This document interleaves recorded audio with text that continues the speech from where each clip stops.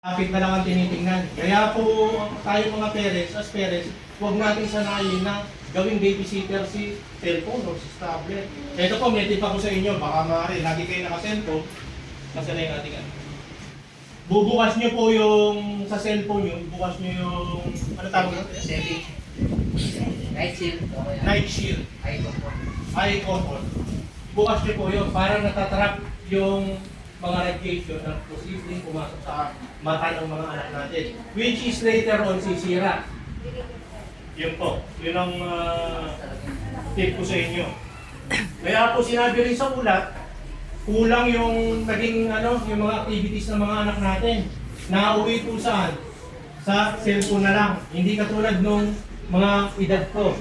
Ewan ko kung sino po yung parang, kasi ate lang ang nakikita ko na inabot namin yung Chinese garter, yung Jolen, Pico. Wala na po yan ngayon sa mga bata. Parang hindi nila alam. Yung patintero, luksumbaka. Na wala. Dapat po mayroong ganong activities ng mga anak natin. Oh, yun. Cellphone na ngayon. Kadalasan ngayon yung Mobile Legend. Alam na alam ng mga kids yan. Kaya kung papansinin nyo, mas alam mag-operate ng mga bata kaysa sa edad natin. Mas mabilis sila. Bakit po? Nauwi na tayo sa lahat. At tandaan natin, ang laban po ngayon, radiation to radiation. Meron pong good technology, merong bad technology. Yan po ang laban ngayon.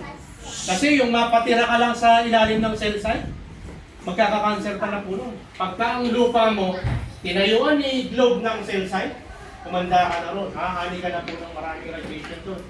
Technology po yun. Eh may technology, dala-dala namin ngayon, maganda po siya. Ito yung nakakatulong ngayon sa ating mata. Hindi lamang po sa mata, kundi sa buong katawan natin. Kasi po ito, sa pag-aaral po sa mga clinical test, hindi lang mata.